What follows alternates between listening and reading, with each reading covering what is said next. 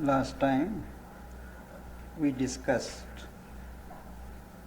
the essential features of Hatha Yoga and came up to a point where Hatha Yoga, having achieved a certain perfection for spiritual purposes of matter with the physical body and the life energy,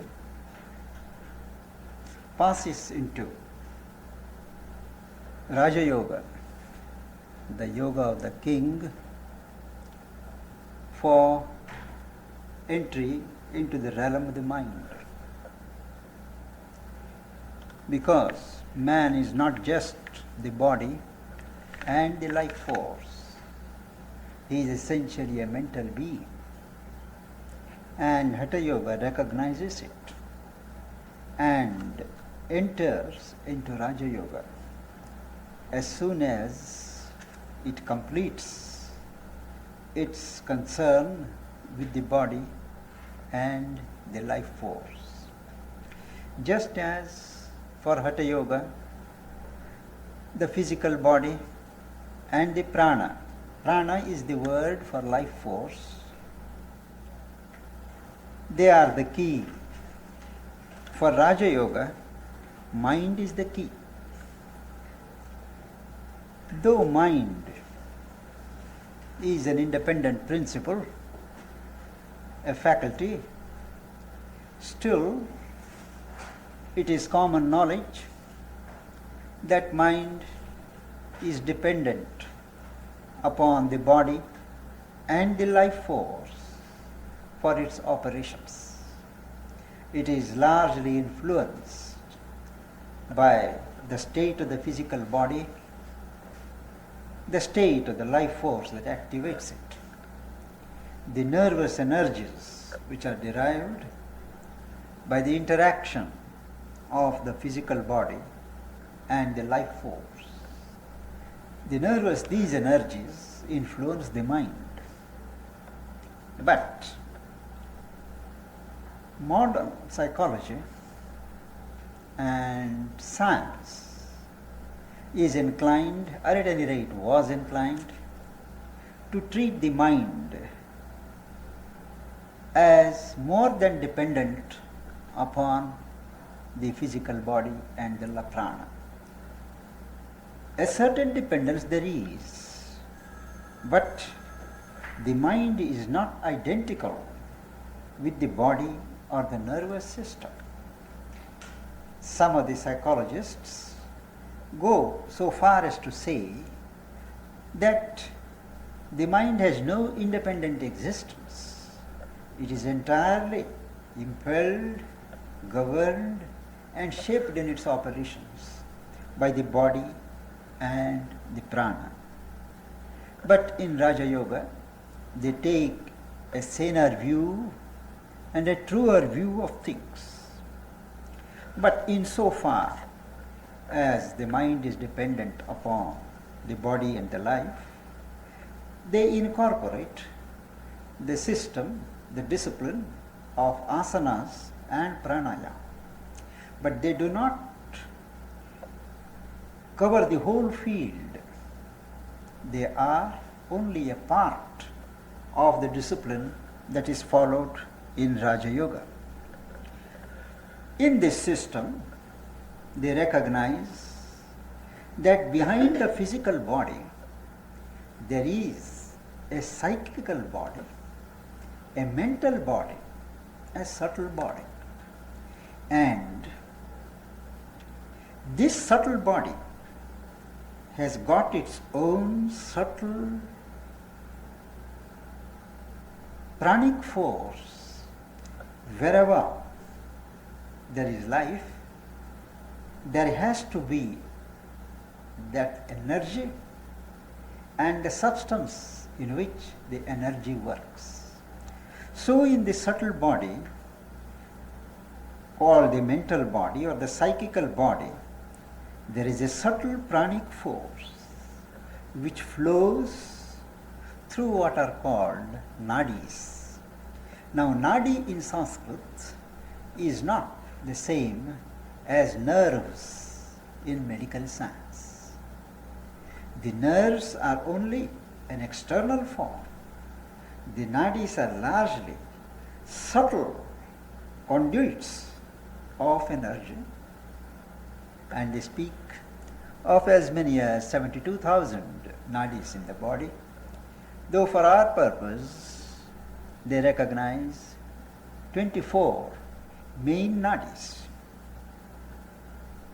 This system recognizes the subtle body, the subtle energies, and a subtle nervous system, not the physical, but the subtle nervous system in that body, subtle body, consisting of what you may call a subtle pranic dynamism, the energy stored up and having certain centers where this energy is self-concentrated. Each center governing certain formulations of this energy, based upon certain principles. And this whole system is reproduced in a way in the physical body with the spine as the base. Around the spine, this subtle system of asanas, chakras, wheels, lotuses, is reproduced in truth. They have their areas of operation, areas of influence, and these concentrated areas of influence coincide with the ganglionic centers in the physical body.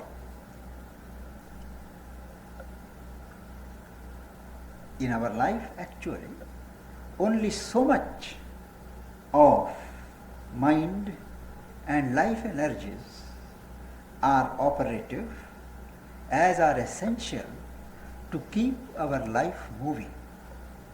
But there is a large element, a large stock which is untapped.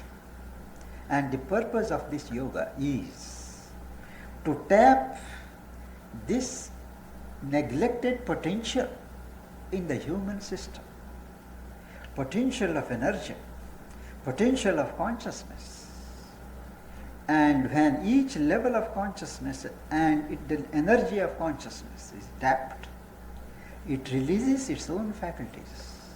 It releases into action certain powers which are beyond the range of our normal faculties as are functioning in day-to-day life.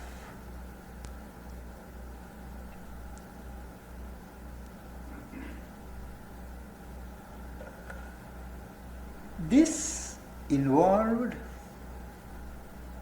nervous energy, subtle force, is opened by action of pranayama, which we have discussed last time, which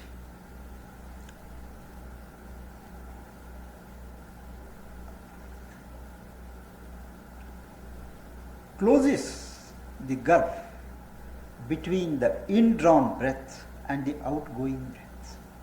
There is the prana, the breath that is taken in, and apana, that which goes out.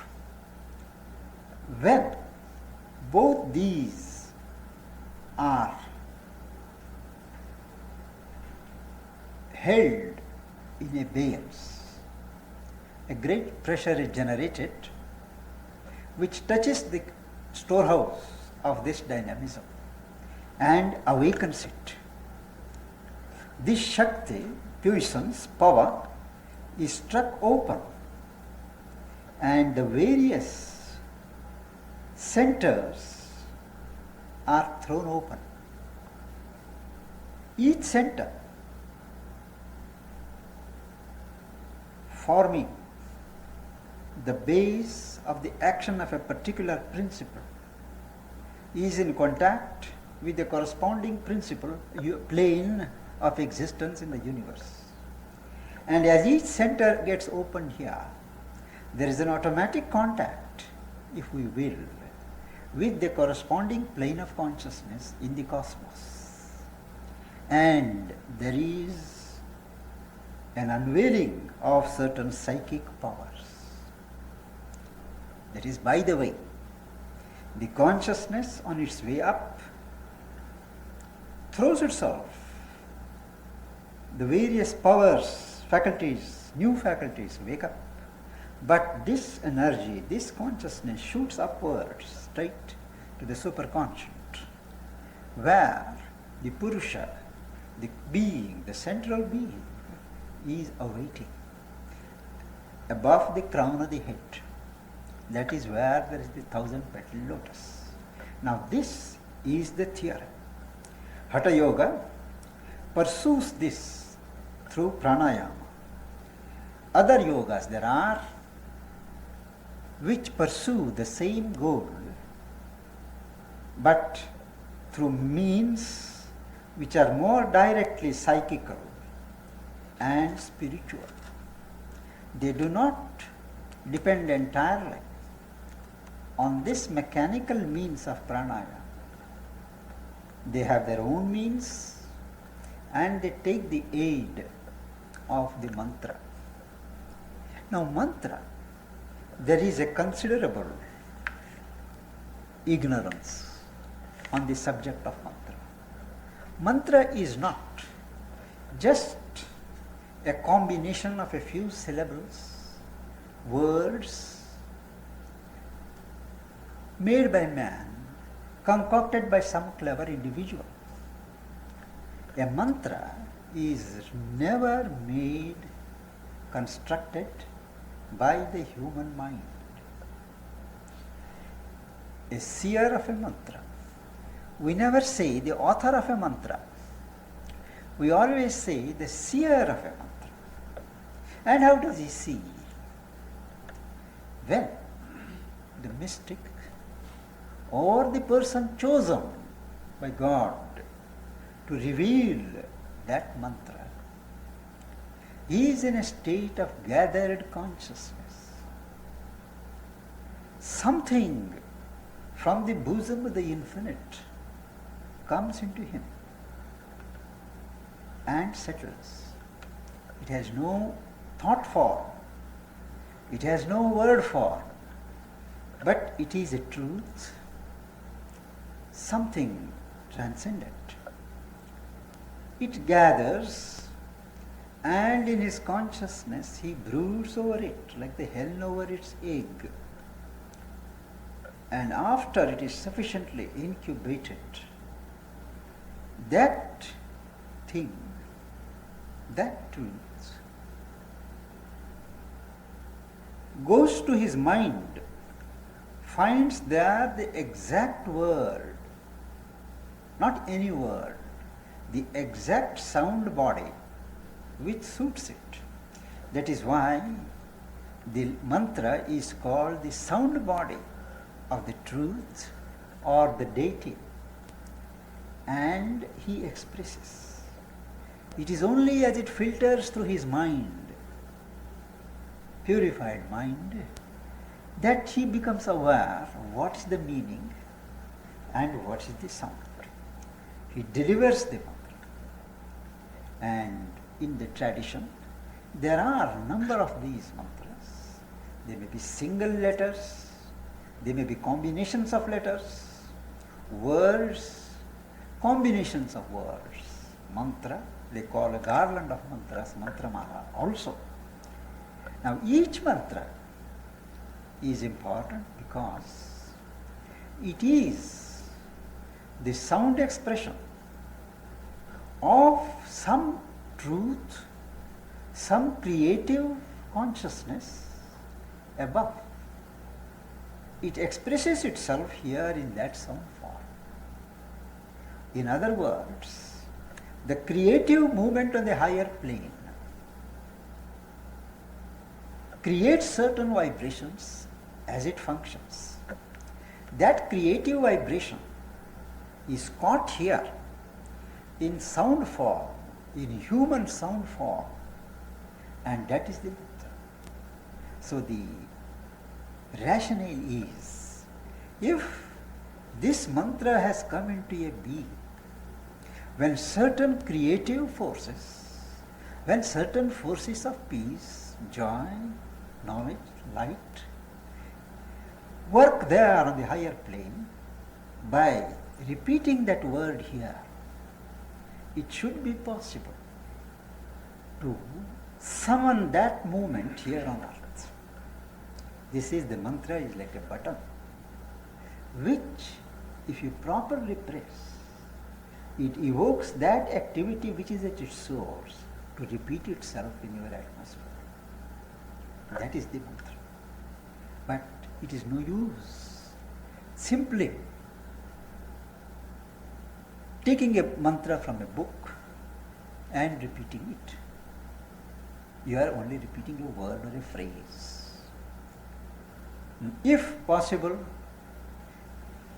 the mantra has to be received from somebody who has already practiced that mantra, achieved certain fulfillment in its line. And when he speaks that mantra to you and asks you to repeat it along with him, his own force of ascesis enters into you. And it is that carries on the repetition of that mantra. Our physical repetition is only an occasion. And as we repeat, after some time, you find that the being takes up the mantra. And even when you don't physically repeat it, you go on hearing like the beats of the heart, that mantra repeating itself.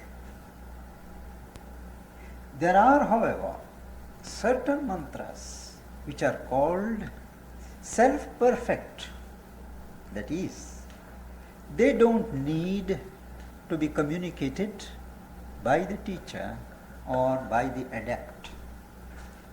They have been invested with the potency of their own, and they have been repeated down the centuries by millions of people, so that they are like powder kegs.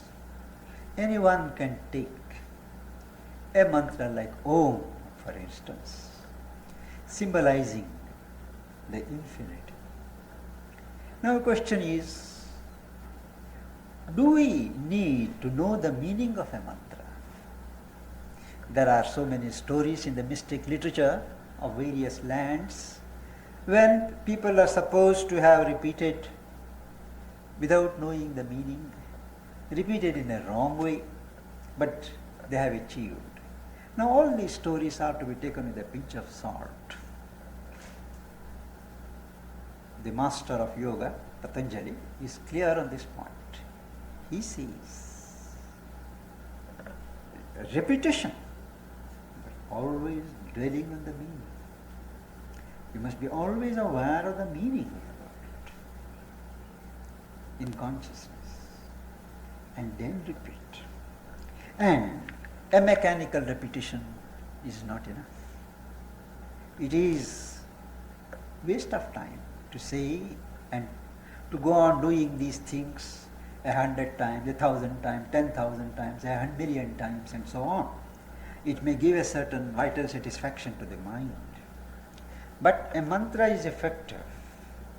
It achieves its purpose as long as it rises on the crest of a wave of emotion, devotion, love for God, love for something. And on that wave, crest of that wave, the japa must come from the depth of the being.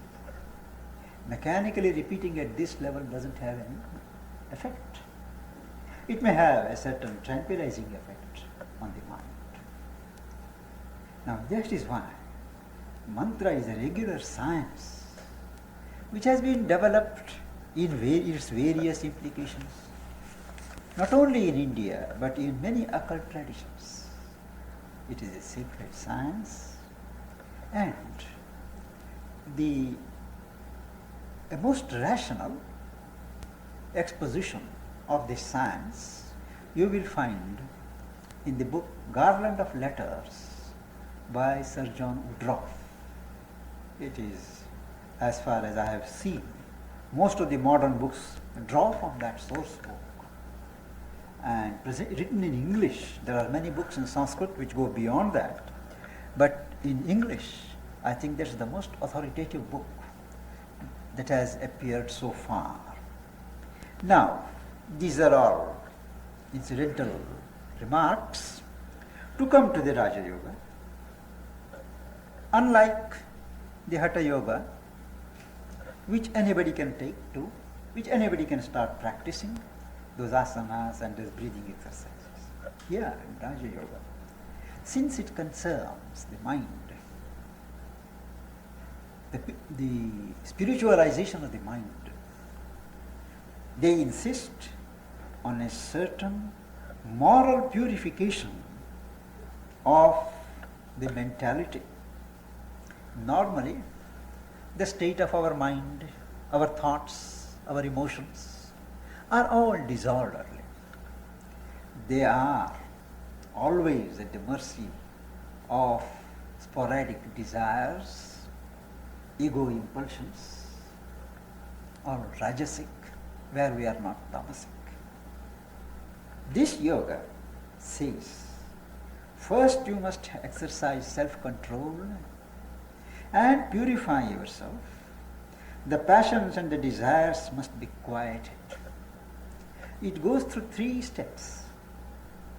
The normal disorder, impurities, that infect our psychological living, rajasic state. It has to be controlled, purified, and brought up to a certain sattvic balance, tranquility. There is a certain order. In the place of disorder, we must establish order, a certain purity, harmony.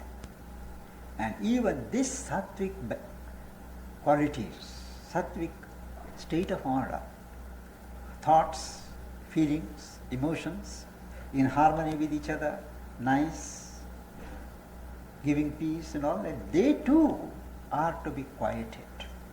That is why the key word is, in Sanskrit, chitta vritti nirodha,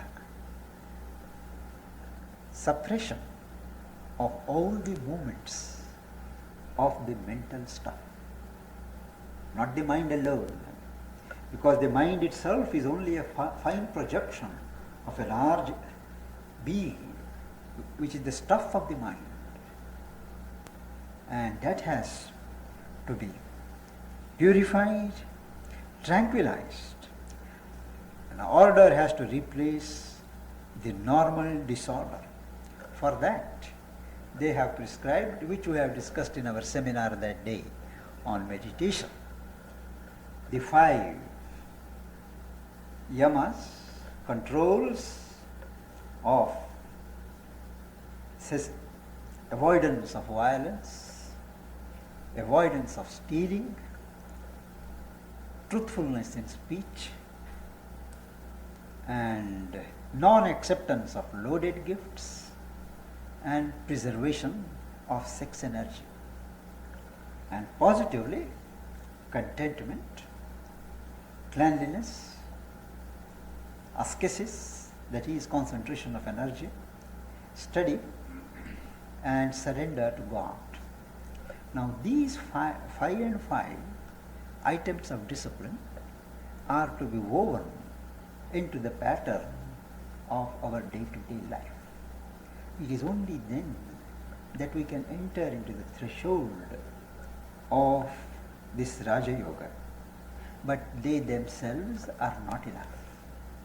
There are many in our world who practice these the 10 commandments or these 5 and 5 superbly, and they have a sense of self-complacency. They feel they have done. They forget that these are only preliminary conditions. enabling us to take the leap. And they help us to have a secure foundation for the next step of discipline, where the present nodus of the physical and the life being with the mind has to be loosened. Today, the mind is completely at mercy of the state of the physical body and the condition of the life energies. This connection between the mind and the two lower elements has to be loosened so that the mind can have its own free, independent existence. And for that purpose, the Raja Yoga starts with the asana. Asana is, it doesn't bother and concern itself with all the complicated system, cumbrous system of postures in the Hatha Yoga, but it advises each individual to choose that posture which is natural to him, a posture in which he can forget his body when he sits for meditation. Only it insists that the spine should be erect, that the head and the back must be erect, so that there is no deflection, deviation of the nervous energy that proceeds from the spine. The circulation of the vital energy is ensured. And after the asana is done, they ask only for the simple exercises of pranayama, which I have described a day, which purifies and clears the nervous system. Second, it enables us to direct the life energy into whatever limbs, channels that suffer from lack of it, and it exerts pressure on the sleeping kundalini, the pranic dynamism, so that the action of the Shakti from below is opened and the light of the unveiled Purusha, the being, the superconscious being at the crown of our head, is made to play on each level of our being.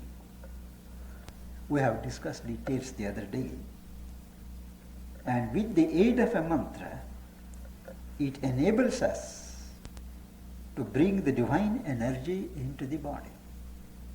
So this awakening of the pranic dynamism is an essential part of Raja Yoga.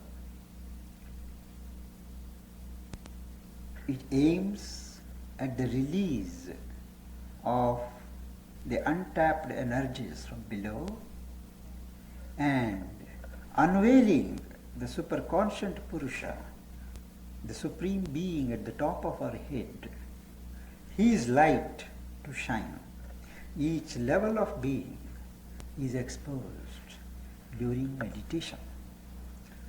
And the most important part is concentration. This concentration proceeds in 4 stages. First is what is called the withdrawal of the mind, withdrawal of consciousness from its customary preoccupations. It is called pratyahara in Sanskrit. This itself takes a considerable time. We ourselves do not know where all our energies, mental energies are spread. When we sit for concentration, it is then that we become aware. Now all these threads are to be gathered, and then we hold to one subject, one object. Now what is this object? It can be an idea, a form, a name, a conception, or a presence, a feeling of a presence, of peace, something divine, whatever the object, one holds to that. And once you hold, it can't be held for long. You just release the consciousness, release the mind, leading to a prolonged absorption in the subject. This absorption leads to a complete ingoing of consciousness. You are entirely lost to the outside world and attain oneness with the object of concentration or meditation. This losing of one's external consciousness and becoming one with the object of meditation is called samadhi. Samadhi is trance. The consciousness gets tranced. As I said, the mind needs in this process some support, and that support is given by a name or a form or a mantra or an idea. But it is understood that you start with the idea and you go to what is behind the idea. The reality behind the idea, that is what captures you. This is the traditional method. But there are other methods which aim at quieting the mind. Not absorption of the mind in the object, but quieten the mind. One way to quiet the mind is to let the mind run on and exhaust itself. Only the seeker is required not to participate in the thought movement. He holds himself back as a witness, and the thought movement gradually slows down and comes to a standstill. There is another method by which all incoming thoughts are kept out and all outgoing thoughts are suppressed, so that the mind is forced to sink in itself. And when the mind is completely silent, what does it do? It just reflects what is above it. And that is the true nature of mind. Many psychologists think that the true function of mind is to think. That thought activity is the proper business of the mind. But only by thought process you cannot arrive at essential knowledge. The mind is truly a reflecting apparatus. It is covered with all this dust and mist of our disordered movements, chaotic thoughts. You attempt to control these, eliminate these for a while, so that the mind is bare. And in the classic simile, like a lake reflecting the moon from above, the mind stuff reflects the luminous self, because the self is always luminous. The mind also receives and reflects true knowledge. Mind cannot build knowledge. Mind cannot give knowledge. The mind can receive knowledge from a higher source and transmit it, reflect it. This Raja Yoga attempts to silence, clean and polish the mind surface so that it enters into its true role and reflects the reality of the self.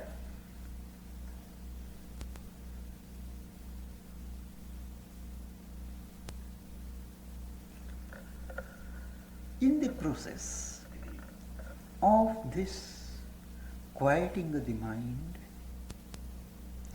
awakening side by side of the energies that are inside, the throwing open of the different layers or levels of consciousness.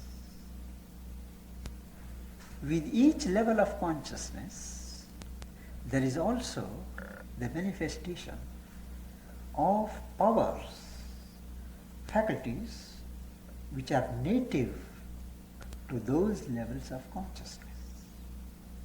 So for the yogi who practices this yoga, these things come unasked. It is possible indeed to pay a little attention, concentrate, awaken these faculties, acquire these powers. It is also possible that when they arise by themselves, you use them naturally, or when moved from within by the divine, or just reject these powers as temptations. This is the old rule of the ascetic spirituality, which asks you to beware of these powers, siddhis, because they will divert your attention. Now, in order to safeguard from these dangers, the teachers of this yoga insist upon purification earlier. A person who has undergone this discipline of self-purification, he will not be tempted either to display or exploit these powers for individual purpose. He uses it. He is free to use, and he is intended to use it. They are all arising from nature, and nature always throws powers in order to be utilized, used for its evolution. And a yogi uses these powers in a natural course or when moved from within, prompted from within. But all these powers belong either to the vital or the life plane or the mental plane. As one goes ahead, there are still higher powers of the spiritual plane, the supramental plane. They are much more than all these 8 siddhis or powers that one comes across. Raja Yoga enters into the domain of the spiritual from the mental. It starts from where the Hatha Yoga lives, covers this passage between the life force and the mind, trains the mind and brings it into a spiritual fruition. That is the system of Raja Yoga.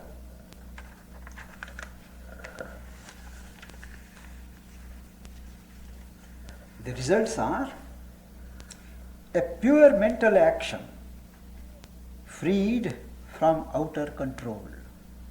The mind can function on its own, and passing thence into the supramental or spiritual existence. And the energy of consciousness, the primary conscious energy that is released in the process, it is utilized, intended to be utilized for outward action in the world, for beneficent action in the world. The culminating experience, however, of this yoga is what is called samadhi. Samadhi, trance, is a condition where the doors of the physical senses are completely closed. Some people even have certain physical devices like putting cotton in the ears, closing the eyes, and so on, but they are not necessary. If one withdraws one's interest, the mind from external attractions, temptations, preoccupations, the physical senses find their doors are shut. And the first experience is one goes to sleep, because that's the normal status into which our system goes, the mind goes. When its object of interest is removed, the mind sinks into certain inertia, into some kind of sleep. Now this sleep is the first hindrance which we have to eliminate by some means or other. Instead of sitting for meditation when we are tired at the end of a day as a duty, to do it when we are fresh, to take something warm, have activized the body by a little bit of exercise or walking, and sit, and refuse to sleep when sleep comes. And when you go inside in this sleep, you come to a region where it is absolutely still. There is an inner sky, an inner ether, like the external ether. But this subtle inner ether is such. It is called the sky of the heart. And on this sky of the heart, it is an extension of the subtle ether in the cosmos, which is behind the gross ether of which we normally speak. Now in this subtle ether that is extended in the ocean, in the cosmos, and also in the individual, every little bit of thing that takes place on earth is recorded in principle. If you think, that thought is recorded. If you do an action, that is recorded. So there are millions and millions of impressions. It is called the writing. This is the origin of the legendary belief that there is a God who sits and writes all that happens. Actually, it is an impression, a reflex action of everything that we do. So that it is a continuous history from the beginning, what has happened, to what is happening, and also what Sri Aurobindo calls, to what is going to happen. What is going to happen also has been decided somewhere. That also has its impression there. So, he calls it the memory of the future. That also is recorded. So, when one goes into that state of concentration and touches that level, one can know if one wants anything that happens. I have known mother describing as if it was as if we are going to the next room or next chamber. She said once, I wanted to know the truth of these things people are saying. So she said, I went inside and I went to the level in the earth's evolution before man was born. And I saw this thing. Then she says once that these people are talking of sex differentiation as being eternal, that woman is always inferior to man. All religions seem to hold it. So she says she always found something wrong with this kind of belief. So she wanted to go, she wanted to find out the truth. And in her consciousness, she went to the place from where the creation started. And there she found there is absolutely no sex differentiation. Even as you come lower and lower towards our earth, there is no sex differentiation. Sex there means something else than what it means here. You said sex there, male there means a sanctioning, a presiding energy, and female means an executive and effectuating energy. So there is no sex there. They are differences of functioning of consciousness. They call it male and female. It is only on this earth, the physical plane, that there is this distinction in bodies. There are no differences in the bodies. And here, nature has worked out that mechanism for her own purposes of perpetuation of the species. Now, I am just illustrating this, that it is possible for yogis to withdraw and go and find out anything that they want to know, because everything has been recorded in what is called the Chidakasha, the subtle ether in the heart or in the universe. It is also possible that one can pass into subtler worlds in this concentration, in this trance, and through the subtler worlds in the trance. Now, Raja Yoga does not bother to communicate that experience to the outer life. It is concerned with the cessation of life, cessation with the mental activity, so that you are liberated into that state of union with the transcendent. But the world is left as it is. It should be possible for any modern yoga to build a bridge between the external waking consciousness and the trance consciousness. And that has to be built by ourselves becoming conscious. Conscious and more conscious during our daytime, conscious during meditation instead of allowing things to happen, instead of passive meditation to have a dynamic meditation, even in sleep to increase the quantum of awareness, study our dreams, study our sleep, try to become aware in sleep, and thus forge a bridge between the state of awareness and the state of unawareness. And this is the capital defect of Raja Yoga, that you tend to withdraw from this world into another world and luxuriate in that experience, living the outer nature, outer world very much as it is.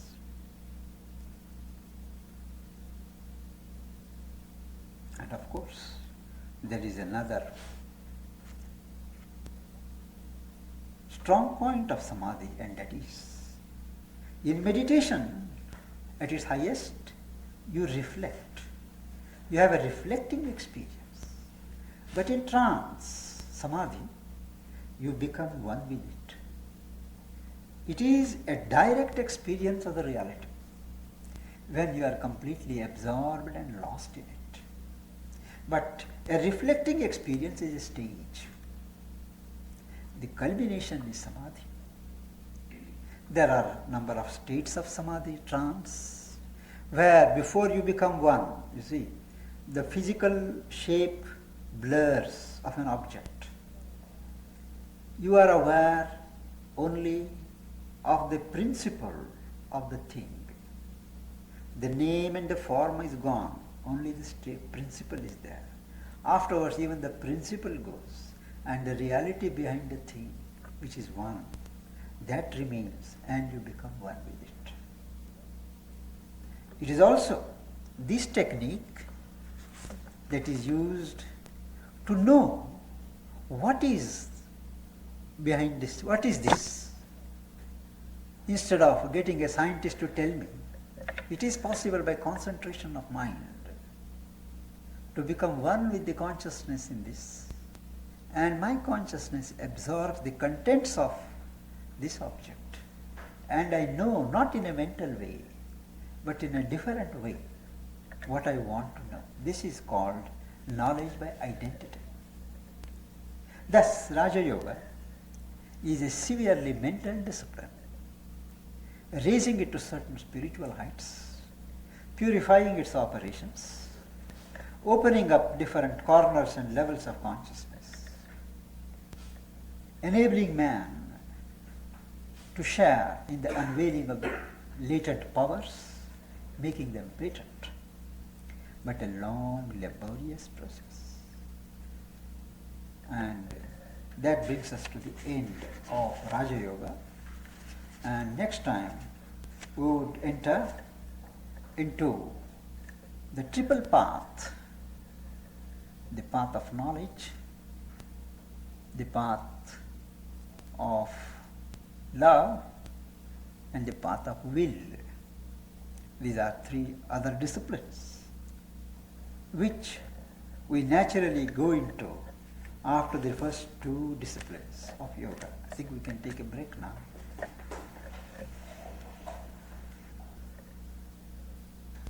I think I would invite questions today, since I have covered the topic which was fixed for this morning. Any questions we could discuss? So when you were talking about the cities, Yes. Were you saying that the strict ban against the cities, use of them, is a function of the aesthetic, the outmoded aesthetic type yoga? Certain traditions frown upon paying attention to these occult powers and their practice, saying that they are temptations placed before you by the devil and you should have nothing to do with it. But there are also other traditions which look upon this phenomenon as something natural that happens as you scale the ladder of consciousness. And it is neither right nor wrong spiritually to use them. But usually mystics use these powers when they are prompted from within, or when it is their natural way of functioning. Now there are many spiritual people, for instance, from whose hands a healing power always goes. That power may not be there before they started the yoga. There are some born healers, I am not speaking of them. Those who get this power of making whole in the course of their yoga. Now if a sick child is brought to him, he naturally extends his hand and the child gets healed. Can I say that this is unspiritual, you should not do? But if he were to use an occult power to do harm to somebody, that is called unspiritual, that is called black magic, in distinction from what is called white magic, which is the operation of occult knowledge for the benefit of man. Can I ask you Yes, one?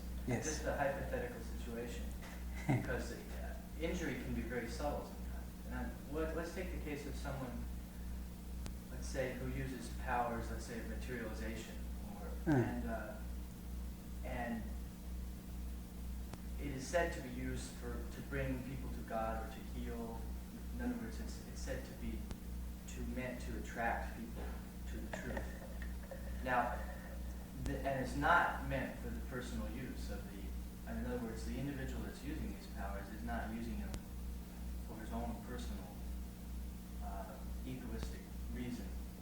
But let's say that the yoga that person represents is incomplete, or it's not, it's like a half truth. Now see, he's not consciously being deceptive, but from the overall point of view, what's going on, if it's only a half truth, if it's only a half developed yoga, there is an element of untruth there by means of fault, you understand? So what's happening is by the use of this glamorous technique, people are not being consciously misled, but they're being limited in their, by being attracted to it, they're being limited in their spiritual growth. That is why this discouragement, normally. And there are many people who actually stop at that. They lost in their own self-wonderment, and they do stop the moment these things start coming up. They start practicing them, a whole crowd gathers around them, and they deceive themselves, saying that after all they are doing good for everybody, increasing the faith of people in God and that. And they are lost in it. That is why this is the ban, but it can't be an absolute ban. Provided you are awake, you are sincere. Everyone deceives himself. It is for the good of things, it is for the glory of God. I am not egoistic. But the person is very well aware of the publicity value of what goes on. So when I pleaded in a news conference in India on behalf of one of the people who are doing these things, I said the person, I put up some weak defense, but those people said, but what necessity has he to call us news correspondents and perform those miracles before us? We are not afflicted people, we are not people in need of spiritual help. He wants publicity. Well, I couldn't say anything. It happens. These are all, those people will never agree with what we say. Such people or their followers, they will never agree. And the world goes on like that. Yes, please. Is this right that, I have been reading in philosophical literature, there are writings, I've read it again and again in Annie Besant's writings and Leadbeater's and Blavatsky's and even others, that any practice, any use of psychic phenomena is not only a person shouldn't be too much interested in it, but it is definitely, forbidden may be too strong a word, but just about that. That it may even be dangerous in some way, because by utilizing those, you are interfering with the working of nature. That a spiritually awakened, enlightened person functions as a part of nature. He's in complete harmony with nature. And by utilizing psychic powers to produce any phenomena, he is throwing a wrench in the working of nature. He's creating that disharmony. He's manipulating nature. That as a spiritually awakened person, he should be completely in harmony with it. That's one thing. And second is that people who have developed any psychic powers, if they use them, the very desire to use them has some selfish motive behind it. I know your time is... No, it's all right. I don't want to go into this because people have come to listen to you and I... No, but you are welcome. You are doing it in a very interesting way. You please go ahead. I was reading that even if the shadow of self-interest lurks in the depths of your consciousness, even the shadow of self-interest, or then you are misusing those powers, and it is a sort of a sin against nature, against the holiness of this whole thing. And that they are very strongly discouraged. In the secret doctrine that I have been reading, and in the numerous other books on this thing. But the second comment, the point I want to emphasize is that it's forbidden very strongly as something injurious to your future progress, to your own future psychic progress, spiritual progress rather. Number two, has any person here present experimented with any form of psychic experience? Really, because otherwise I have something that may be of interest to people. Yeah. Yes, we would like to hear you. I will take 5 minutes, Yes, but it's worth listening, yes. it's worth telling you, because it is a group that might... No, it's all. We're all interested in hearing what you are saying. Well, I will stand up then. Yes, do come here. I can talk better than you. Do come here.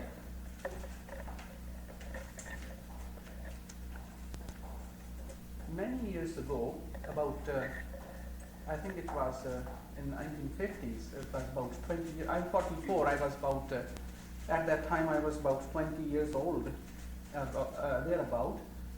For a strictly personal interest I got enchanted with the idea of psychic power, young, unmarried, about later teens.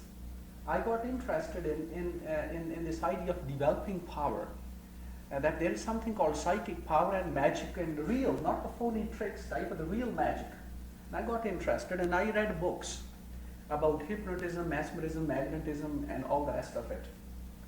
And there was an institute in India called the Indian Institute of Psychology. I got a course from him which consisted of 3 books. And they outlined some practices, and the practice consisted mainly of concentration of thought. And there were 2 things I used to do. I went outside in the open and lay down on the grass and relax the body and start breathing. It's a sort of a pranayama, where the theory was, as outlined by the person who taught me this, that you accumulate prana in your body. Like you charge a battery, you store prana, and you breathe in a certain way. And you continue that breathing for 5-10 minutes. As a result of that, your breathing becomes hard. It becomes so hard that pressure builds up in your chest and you feel you can't breathe anymore. It happens in about 10-15 minutes. Every time I tried, it happened. Okay? And then you do that every day. I did it. And then there was other exercise was that you sit erect in a certain posture, and they sent me a card at that time. This is true. There's not phony stuff. I'm not a salesman. And I'm just sharing a true, real, not imaginary, absolutely true experience that would give you an insight over and above what you have been reading, whether or not such things are possible, and how little practice can produce results, and how more practice can produce more. And at the same time, what I was saying before, and Mr. Pandit has been saying more mildly and more gently, the practice of such things may be injurious. But anyway, I had a card about that big on which there was a black spot. I hung it on the wall, so when I sat down cross-legged, it was in level with my eyes. I sat about 18 inches away from it. And I stared at that, and putting the whole of my mind, my total attention into that thing. And I did it day after day for about a few weeks, so that I could look, I could stare, I could stare at you with the totality of my being, put all my mind, all my energy right in there. That was the idea. And I had to train myself so that I could stare without blinking my eyes and with concentration. That was the idea was, of course, just to develop concentration of mind and steadiness of the eye, because steady eye gave you the feeling, it kind of helped concentrate the mind. That was the idea. Anyway, after that, I did my first experiments. I'm just coming to the close of it, and it will be a point there. It is a real psychic illness. So I took a young man, I experimented on several boys, little boys, about 12 years, 10 years old, neighbors and from the family.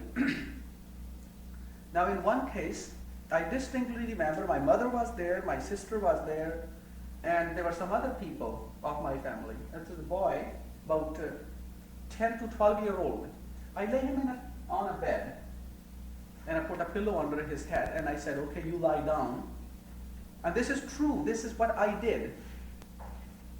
There's no doubt about it. It's as real to me now as is that valley, that green, as this Mr. Pandit and you and these chairs. I'm not dreaming.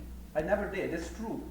So I lay him in the chair, on the bed, and I put a pillow under his head, and I said, okay, you look at me, look into my eyes, and as you look, your own eyes will get tired. You will relax. When you get tired, you close your eyes and go to sleep. That's all I said to him.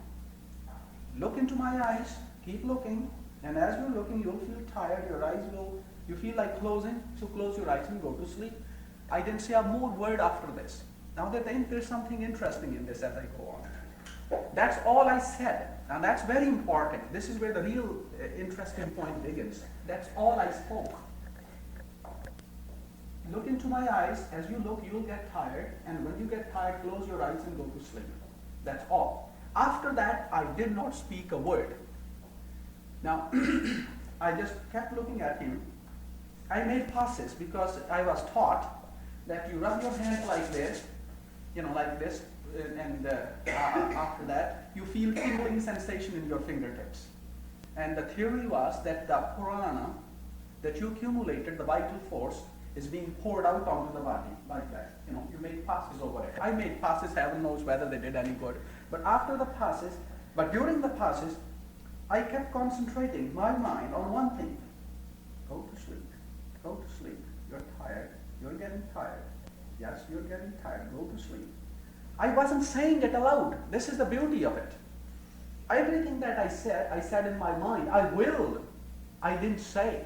I didn't make any sound. No word escaped from my lips.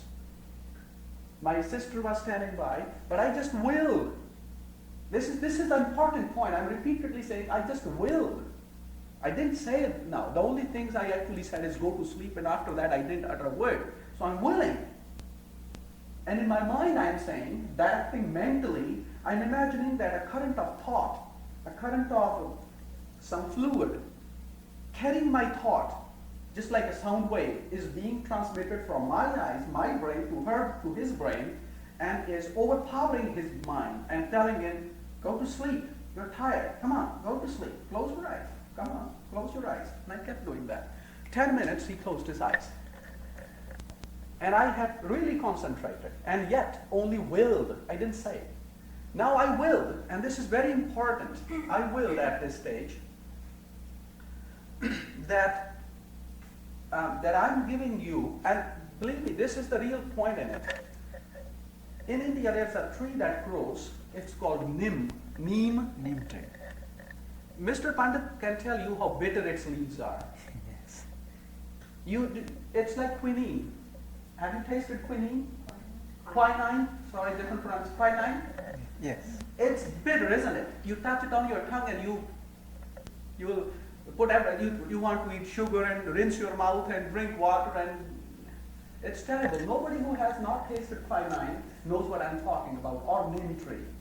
The neem tree its leaves are very bitter, very distasteful. I had a branch of it in my hands, a whole branch. I did not take it out. The boy didn't know that I had it. He didn't know anything. I had it in my pocket. I wanted to experiment. I wanted to try, discover for myself. So I willed. In my hand, I said to him, I willed, is something very tasty, something very delicious. Put up your hand and get it from me. I'm mentally directing him to put up his hand and get it. Now, how does a person, sure, I told him to go to sleep. He slept because his eyes were tired. That can be explained. But how does he know while in sleep that he's supposed to put up his hand like this? And what to do with the thing? That's a pure psychic phenomenon. I willed very, very strongly for him to put up his hand. And believe me, after a little bit sweating on my part, because he didn't respond right away. And I noticed another thing. No, that I'll tell you later. Anyway, so after a while, he raised his hand. And that doubled my confidence in my power.